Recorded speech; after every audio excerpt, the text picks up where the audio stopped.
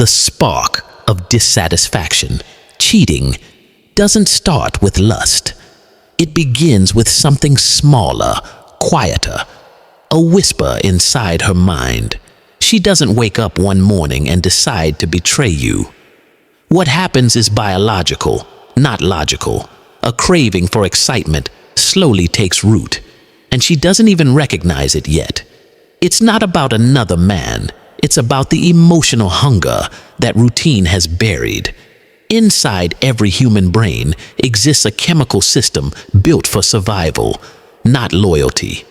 Women are wired through oxytocin to bond, but they're also driven by dopamine, the chemical of novelty, excitement, and reward.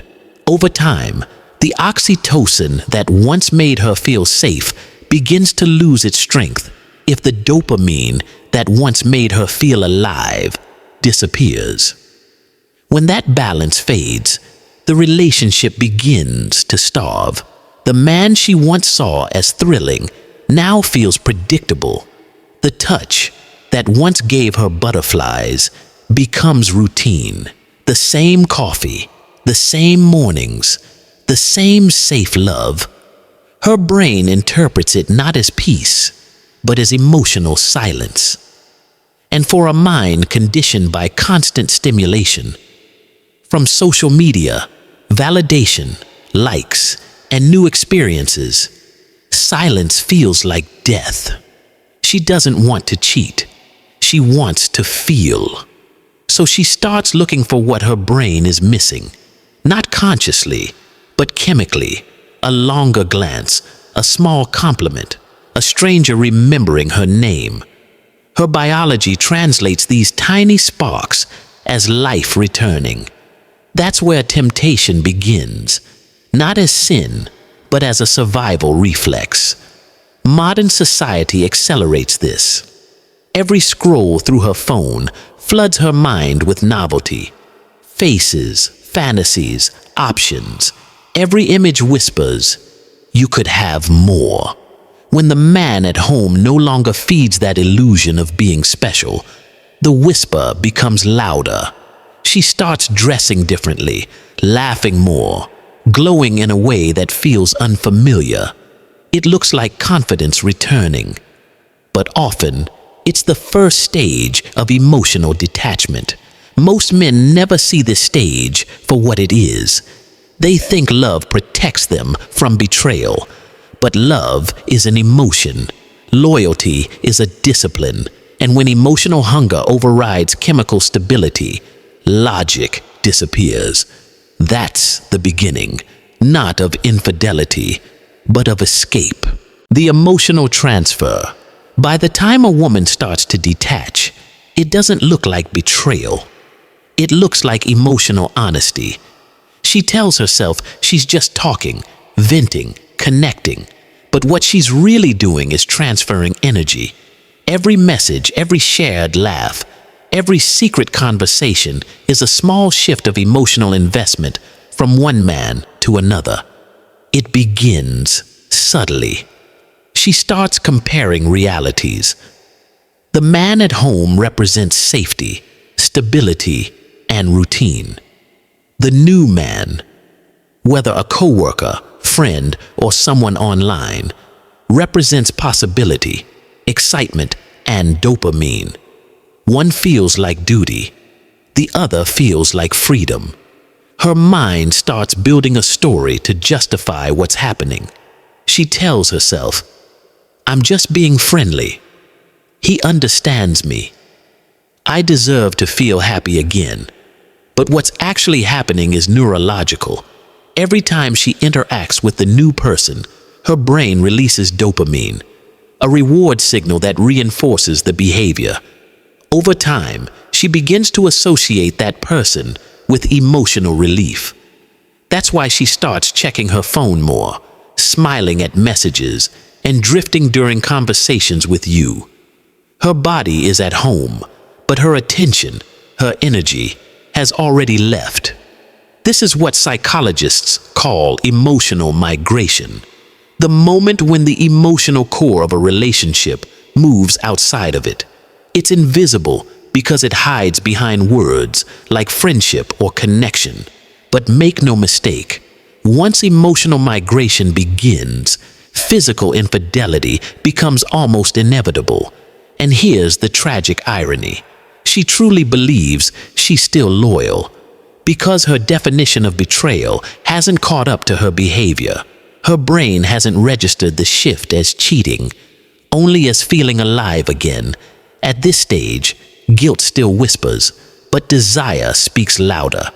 The rational mind starts to bend reality to protect the emotional high. She'll start rewriting the story of her relationship to make room for this new connection. Your silence becomes neglect. Your routine becomes stagnation. Your comfort becomes complacency. This mental rewrite allows her to feel justified. Now, she's not doing something wrong. She's escaping something broken. That's how the mind protects its addiction. Because this is addiction, not in a moral sense, but in a chemical one. Every text, every thought, every glance is a microdose of dopamine, and she's chasing it just like a drug. What she's falling for isn't the man. It's the version of herself that comes alive around him.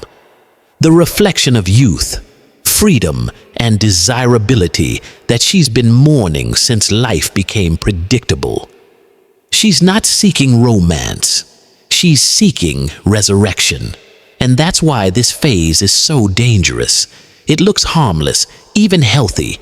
She's laughing more, dressing better, glowing again. But that glow isn't peace. It's withdrawal masked as renewal. Because while she feels reborn, the foundation of the relationship is beginning to erode from within. The messages, the secrets, the double meanings, they become the building blocks of a parallel reality.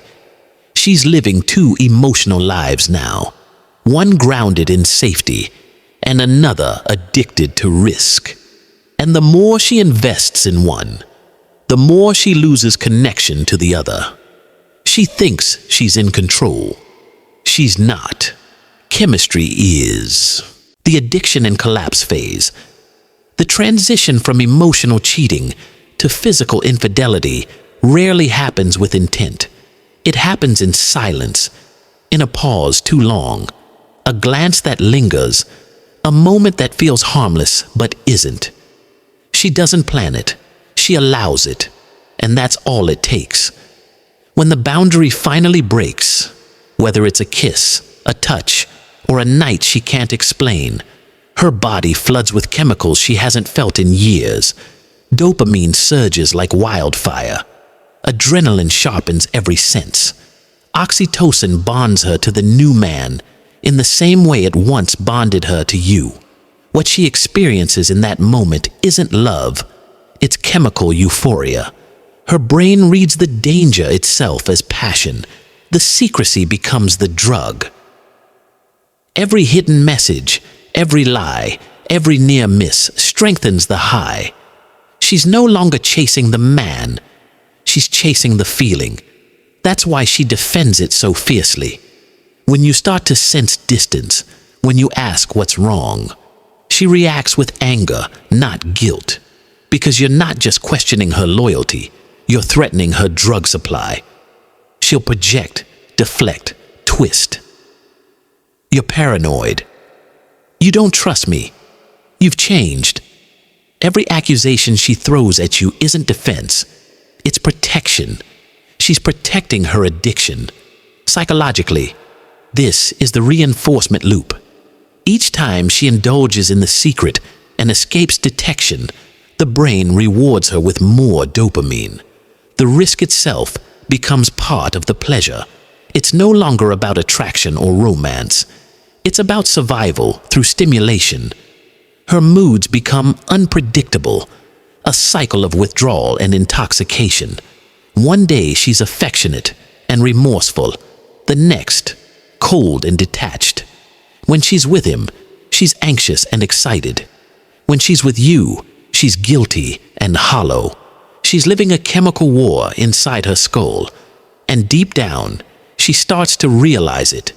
But instead of stopping, she doubles down, because stopping would mean facing what she's become. So she lies. To you, to him, mostly to herself. She tells herself stories to survive the dissonance. It just happened. It's not serious. No one's getting hurt. These aren't confessions. They're sedatives. Each lie helps her suppress the guilt long enough to keep feeding the craving.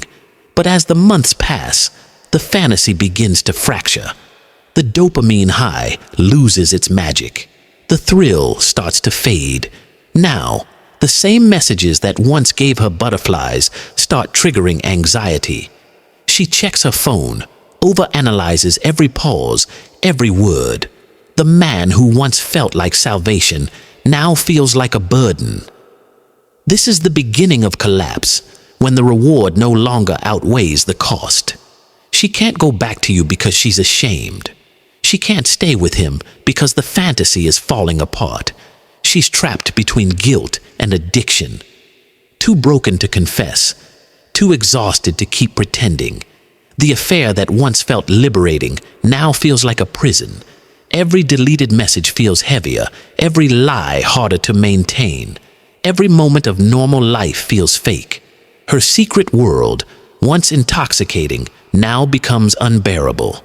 And that's when her psyche begins to rot from the inside, because the human mind can only serve two realities for so long before one destroys the other. Exposure, consequence, and male awakening. Every double life eventually reaches its breaking point. No matter how carefully she hides it, the truth starts to leak through the cracks. A misplaced phone, a strange message, a change in tone. A woman can fake many things, but she can't fake peace. You'll feel it before you know it. That quiet tension, that intuition that whispers, something's wrong. When the truth finally surfaces, it doesn't come with a scream. It comes with silence. A message seen by accident, a lie that doesn't fit, a story that collapses under its own weight. And in that frozen moment, everything becomes painfully clear. She'll deny it at first. Then she'll cry. Then she'll twist the narrative. Not because she wants to lie, but because she can't face what she's done. The woman she believed herself to be, loyal, loving, moral, no longer exists. The affair didn't just destroy your trust. It shattered her identity. When she finally confesses, it's never the whole truth. Confession becomes a performance, fragments of honesty surrounded by self-preservation. She'll say, "I didn't mean to hurt you," or "I was lost." But the tears aren't for you. They're for the image of herself she's mourning. She's grieving the version of her that once believed she was incapable of this. What follows is chaos, the emotional aftermath. Some women run, chasing the fantasy to its inevitable collapse. Others stay, begging for forgiveness, but unable to rebuild what they destroyed. A few will double down, gaslighting and distorting reality just to avoid accountability. But no matter the outcome, one truth remains. She will never see herself the same again. Even if you take her back, she carries the memory of what she's capable of. And that realization quietly haunts her. Because you can rebuild walls, but you can't rebuild innocence. The relationship becomes functional at best, but never pure again. And this is where your transformation begins. For the betrayed man, the pain is surgical. It cuts through illusion, ego, and denial all at once.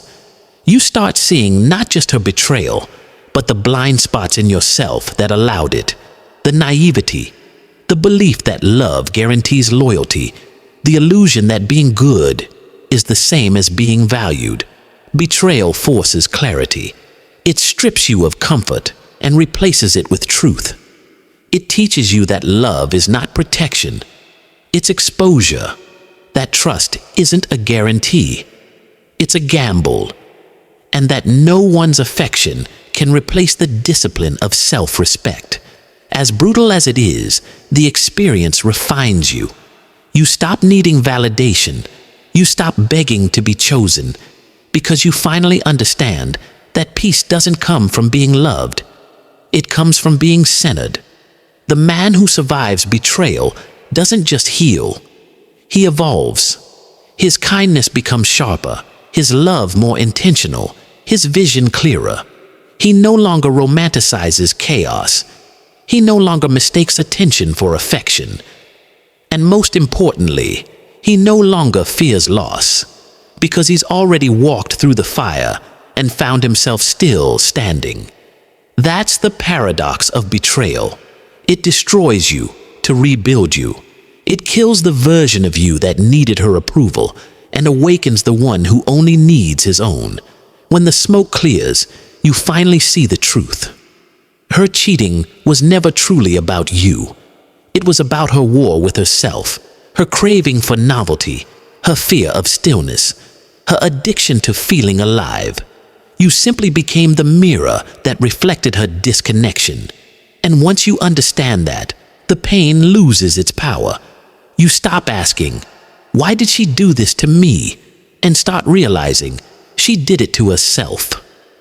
Because the man who learns to live without illusion becomes untouchable. He no longer seeks validation from chaos. He no longer chases the unpredictable. He walks in silence, with clarity and calm. Not because he doesn't feel anymore, but because he finally knows what's real.